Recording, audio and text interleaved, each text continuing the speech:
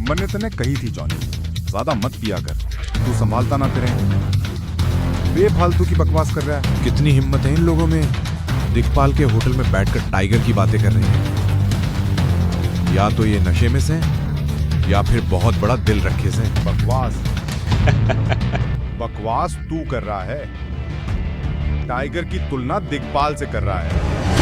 Whisky और देसी दारू में कौन सा मुकाबला? मैं कह रहा हूं टाइगर जिंदा है और बहुत जल्दी वापस आएगा। इस जॉनी नाम के आदमी की बात सुनकर अभिनव के रोंगटे खड़े। वो जानना चाहता था कि जॉनी यही हवा में तीर चला रहा है या उसके पास कोई असली जानकारी है। आगे क्या होने वाला है? क्या अभिनव सच्चाई पता कर पाएगा और क्या चाहत अभिनव के मुंह से सच निकल पाएगी? अभिनव उनकी बातों को ध्यान से सुन रहा था। अब चाहत भी बिल्कुल अभिनव की तरह उन लोगों की बात सुनने लगी। कितनी हिम्मत है इन लोगों में, दिखपाल के होटल में बैठकर टाइगर की बातें कर रहे हैं। या तो ये नशे में से हैं, या फिर बहुत बड़ा दिल रखे से। किसी वजह से चाहत को लग रहा था कि अभिनव उससे कुछ छुपा रहा है। बाकी लोगों की तरह वो अभिनव के कपड़े नहीं देख रही थी, बल्कि उसकी नजर तो सीधे उसके चेहरे पर थी। अभिनव, हाँ तू कुछ कह रही थी? तू मेरी सहेली से झूठ बोल रहा है। कौन सी सहेली? अनन्या। हाँ अनन्या ना, मैं क्यों झूठ बोलूंगा उससे? ऐसा कुछ ना से। पर तू एक काम कर चाहत, मुझे बहुत जरूरी काम है, मैं अभी का अभी चलूंगा। तू जानती है मैं अनन्या का पति हूँ। अगर मैं घर थोड़ी देर से पहुंचू ना तो वो तो मुझे खत्म कर देगी, और वैसे भी उसे मेरे देर से आने में शक करने लग जाती है। तेरे ऊपर शक? उसे तो तू पसंद भी ना, उसे तेरी कोई परवाह भी ना, तो फिर वो तेरे ऊपर शक क्यों करेगी? हाँ मैं जानता हूँ, पर फिर भी मुझे चलना पड़ेगा। चल मैं तेने घर छोड़ दूँ। फिर कब मिलेंगे? इस बात का कोई जवाब दिए बिना अभिनव चाहत को लेकर होटल से बाहर आ गया।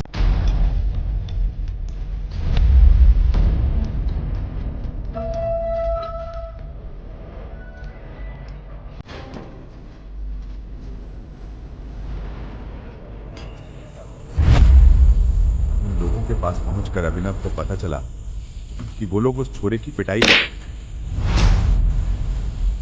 क्यों मार रहे हो बेचारे छोरे ने?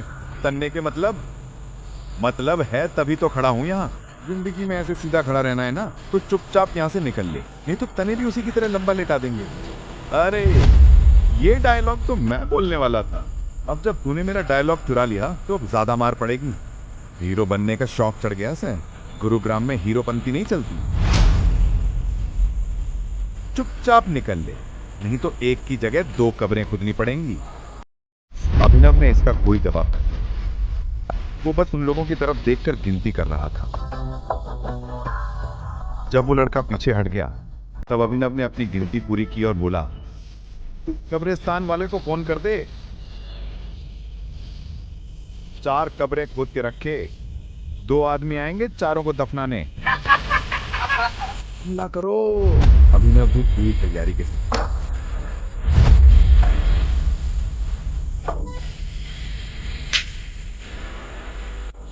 उसी पल में अभिनव ने समय भी बदल दिया और भागी।